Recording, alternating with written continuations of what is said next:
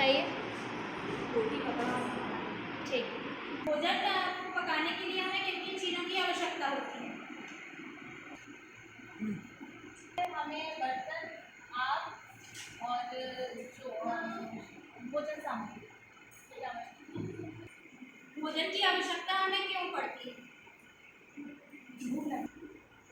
भूख लगने। ठीक। भूख लगने पर हमें भोजन की आवश्यकता होती है। भोजन ग्रहण करने से हमें क्या मिलता है? ये सभी की ऊर्जा के लिए आवश्यक। ऊर्जा के विषय में विस्तार से अध्ययन करेंगे। हमारा टॉपिक है ऊर्जा।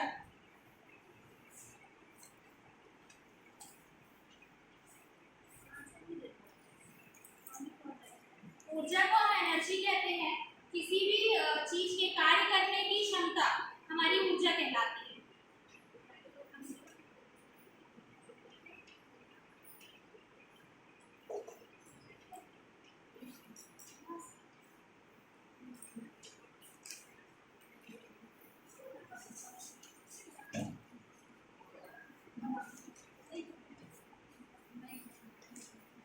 दैनिक जीवन में हम जो भी कार्य करते हैं वह ऊर्जा के कारण ही संभव हो पाते हैं। बिना ऊर्जा के हम कोई भी कार्य करने में सक्षम नहीं होते। ऊर्जा किस राशि है?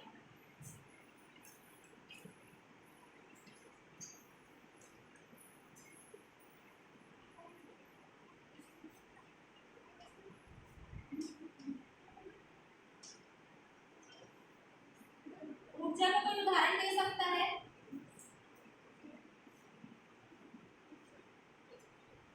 ऊर्जा जैसे हम दैनिक जीवन में जो भी कार्य करें, यदि हम भोजन पका रहे हैं तो उसके लिए हमको तापीय ऊर्जा की आवश्यकता होती है। यदि हम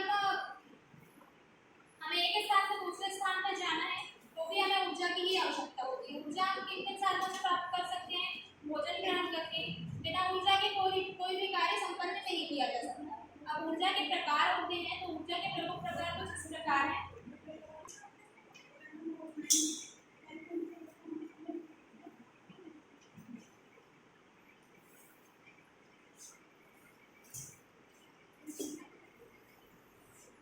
सबसे पहले होती है गतिज ऊर्जा।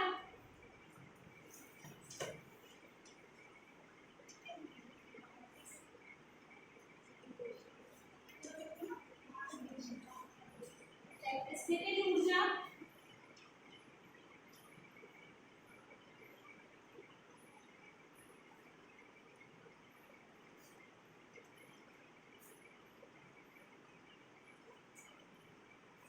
यांत्रिक ऊर्जा।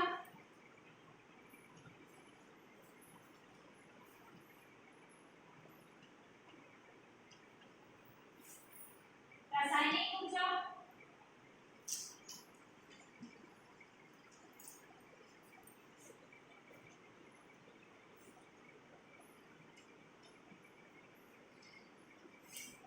विद्युत ऊर्जा।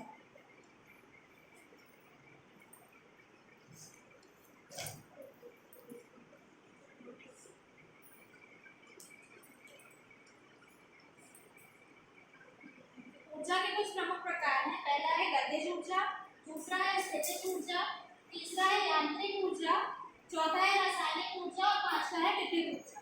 तो हम इनको एक एक करके समझेंगे। सबसे पहले गतिज ऊर्जा क्या होती है?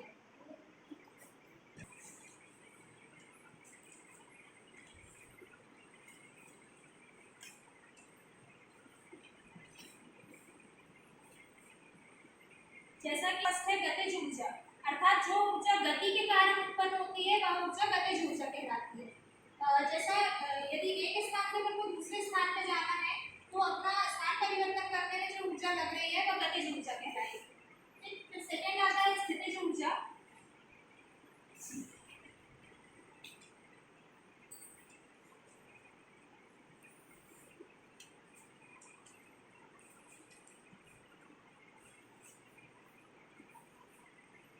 स्थितिज ऊर्जा, स्थितिज मतलब स्थिति में जो अपनी ही स्थिति में पहले से रखी हुई है। अर्थात जैसे कोई वस्तु टेबल पर रखी हुई है, कोई गति नहीं कर रही है, तो उस प्रकार की ऊर्जा को स्थितिज ऊर्जा कहेंगे। अर्थात किसी वस्तु में स्थिति के कारण स्थित होने वाली वस्तु स्थितिज ऊर्जा में होगी। मतलब तो जैसे टेबल पे यदि बुक रखी है तो वो खुद से गति नहीं करेगी, अर्थात उसमें कौन सी ऊर्जा होगी? स्थितिज ऊर्जा। फिर तीसरा आता है यांत्रिक ऊर्जा।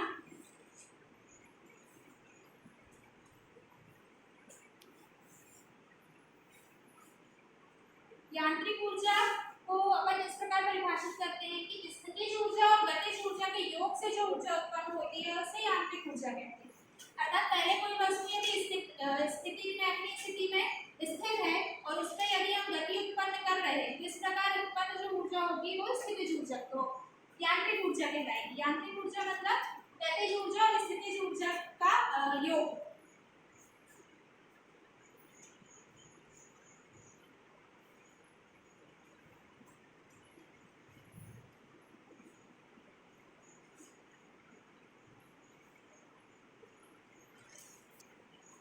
हमारी आती है विद्युत ऊर्जा।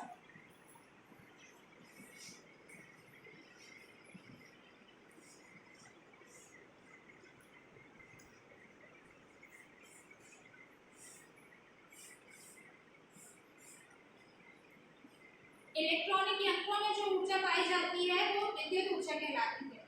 अर्थात हम इसको विद्युत के द्वारा ही प्राप्त कर सकते हैं, कोई भी इलेक्ट्रॉनिक यंत्र बिना विद्युत के नहीं चल सकता है। तो पांचवी हमारी आती है रासायनिक ऊर्जा।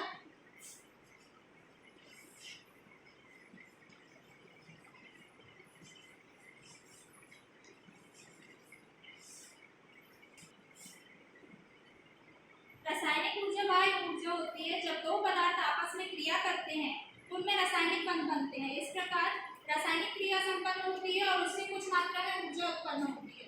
इस प्रकार की उत्पन्न ऊर्जा को रासायनिक ऊर्जा कहते हैं। अब हम ऊर्जा के उपयोग देखते हैं।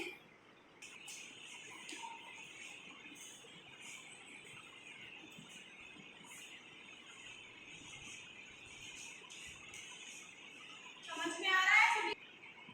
ऊर्जा का सबसे पहला उपयोग तो हम अपने घरों में देखते हैं कि भोजन पकाने के लिए हमें कौन सी ऊर्जा की आवश्यकता होती है? तापीय ऊर्जा की। जब हम गैस जलाते हैं तभी हम भोजन को पका सकते हैं। तो पहला उपयोग क्या आ जाएगा? भोजन को पकाने में।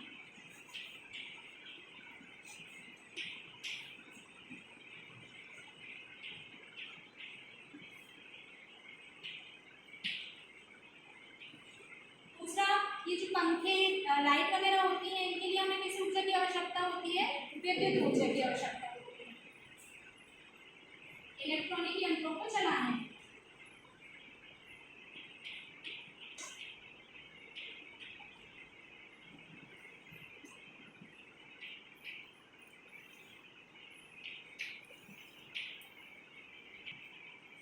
एक स्थान से दूसरे स्थान जाने के लिए भी हमें ऊर्जा की आवश्यकता होती है। बिना ऊर्जा के हम एक स्थान से दूसरे स्थान पर नहीं जा सकते।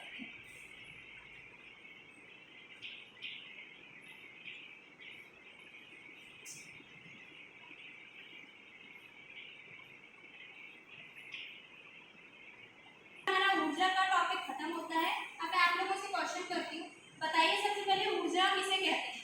जिसे भी आंसर आए वो हाथ उठाइए।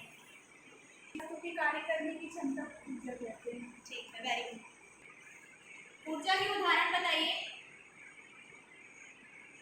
पकाने में और या इलेक्ट्रॉनिक जो उपकरण है उनको चलाने में और अपनी कैलोरीज बर्न करने में। राशि है, अदिश राशि। अब बताइए ऊर्जा के प्रमुख प्रकारों के नाम बताइए। तीन प्रकार होते हैं: स्थितिज ऊर्जा, गतिज ऊर्जा और यांत्रिक ऊर्जा। अभी आप लोगों के लिए कुछ होमवर्क है।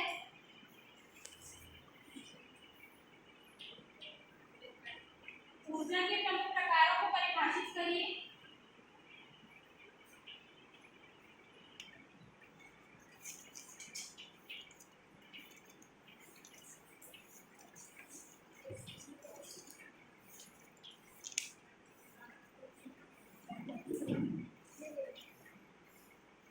ऊर्जा का उपयोग समझाइए।